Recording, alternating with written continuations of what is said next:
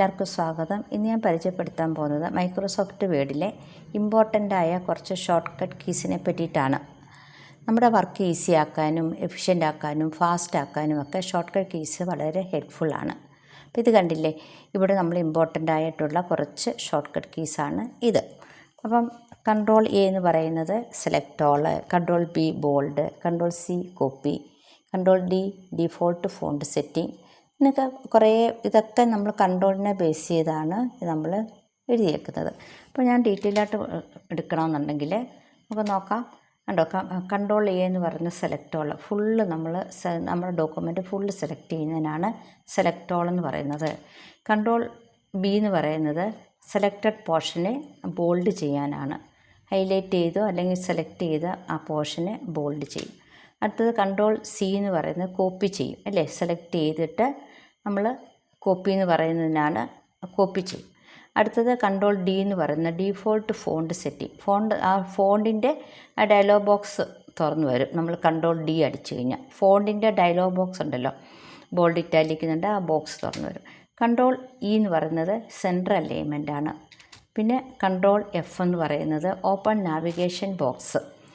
പിന്നെ control G എന്ന് പറയുന്നത് ഗോ ടു കമാൻഡാണ്. കൺട്രോൾ ജി ഗോ ടു എന്നൊരു കമാൻഡുണ്ട്, കൺട്രോൾ ജി ആണത്. പിന്നെന്താണ് കൺട്രോൾ എച്ച് പറഞ്ഞ replace, find and replace. Control I പറഞ്ഞ ഇറ്റാലിക്ക്. കൺട്രോൾ ജെ പറഞ്ഞ justify the paragraph. Control K hyperlink ചെയ്യിപ്പിക്കുന്നതിനെയാണ്. ഫയൽ തമ്മിലോ ഒക്കെ നമുക്ക് ലിങ്ക് ചെയ്യിപ്പിക്കും. അടുത്ത കൺട്രോൾ എൽ പറഞ്ഞാൽ ലെഫ്റ്റ് അലൈൻമെൻറ്റ്.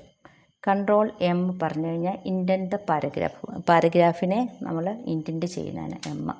പിന്നെ കൺട്രോൾ എൻ പറഞ്ഞാൽ ന്യൂ ഡോക്യുമെൻറ്റ്.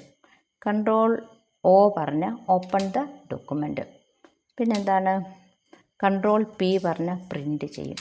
കൺട്രോൾ ക്യൂ പറഞ്ഞാൽ റിവേർട്ട് ദ ഇൻറ്റൻറ്റേഷൻ ചെയ്തതിനെ നമുക്ക് തിരിച്ച് എടുക്കാം. പിന്നെ കൺട്രോൾ ആർ പറഞ്ഞാൽ റൈറ്റ് അലൈൻമെൻറ്റ്. കൺട്രോൾ എസ് പറയുമ്പോൾ save the file. Control T പറയുമ്പോൾ ഹാങ്ങിങ് ഇൻറ്റൻറ്റ്, ആ ഇൻറ്റൻറ്റ് മാത്രം മാറും, കൺട്രോൾ ടി. പിന്നെന്താണ് കൺട്രോൾ യു പറഞ്ഞാൽ അണ്ടർലൈൻ. പിന്നെ കൺട്രോൾ വി പറയുമ്പോൾ പേസ്റ്റ്. പിന്നെന്താണ് കൺട്രോൾ ഡബ്ല്യു പറയുമ്പോൾ ക്ലോസ് ദ ഫയൽ. ഇപ്പോൾ കൺട്രോൾ എക്സ് പറഞ്ഞാൽ കട്ട്. കൺട്രോൾ വൈ പറയുമ്പോൾ റീഡു. കൺട്രോൾ സെഡ് പറയുമ്പോൾ അൺഡു.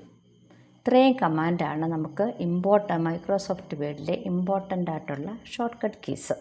അപ്പം ഇതൊക്കെ നമ്മൾ പഠിച്ചു കഴിഞ്ഞാൽ നമ്മുടെ വർക്കൊക്കെ വളരെ ഈസി ആക്കാനും എഫിഷ്യൻ്റായിട്ട് നമുക്ക് ജോലി ചെയ്യാനും ഫാസ്റ്റായിട്ട് നമുക്ക് ജോലി ചെയ്യാനൊക്കെ നമുക്ക് ചെയ്യണമെങ്കിൽ നമ്മളിങ്ങനത്തെ ഷോർട്ട് കട്ട് കീസ് വളരെ ഇമ്പോർട്ടൻ്റ് ആണ്. നമ്മളത് പഠിച്ചേ മതിയാവും. നമുക്ക് വർക്കൊക്കെ വളരെ ഫാസ്റ്റായിട്ട് നമുക്ക് ചെയ്യാൻ കഴിയുന്നതായിരിക്കും. അല്ലെ നമ്മൾ ഓരോ ഷോർട്ട് കട്ടും ഇല്ലാതെ നമ്മൾ ഓരോന്ന് മൗസ് വെച്ച് നമ്മൾ ചെയ്യുമ്പോൾ ഒരുപാട് ടൈം എടുക്കും.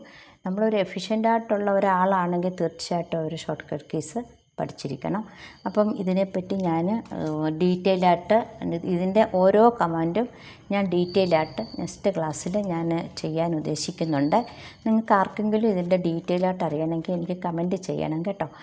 പിന്നെ ഞാൻ നോക്കട്ടെ, ഞാൻ ഇതിനെപ്പറ്റി ഓരോന്നും ഈ പറഞ്ഞത് ഓരോന്നും നമുക്ക് ഡീറ്റെയിലായിട്ട് ഞാൻ പറഞ്ഞു തരാം. ഡീറ്റെയിലായിട്ട് അണ്ടർലൈൻ കണ്ടില്ലേ, നമുക്കിവിടെ അണ്ടർലൈൻ എടുക്കാനും ഒക്കെ നമുക്ക് ഡീറ്റെയിലായിട്ട് ഞാൻ പറഞ്ഞു തരുന്നതായിരിക്കും. കണ്ടോ, അപ്പോൾ ഇത്രയും കമാൻഡുണ്ട് നമുക്ക്. കണ്ടോ, ഒരു select all, B button, C button, D കണ്ടോ, ഇതെല്ലാം ഞാൻ ഇതിനെപ്പറ്റി എല്ലാം ഡീറ്റെയിലായിട്ട് ഞാൻ പറഞ്ഞു തരാം. വളരെ ഈസിയാണിത്, ഈ കമാൻഡ്. അടുത്ത ക്ലാസ്സിൽ ഞാൻ ഓൾട്ടി പ്രസ് ചെയ്തിട്ടുള്ള കമാൻഡൊക്കെ പറഞ്ഞുതരാം.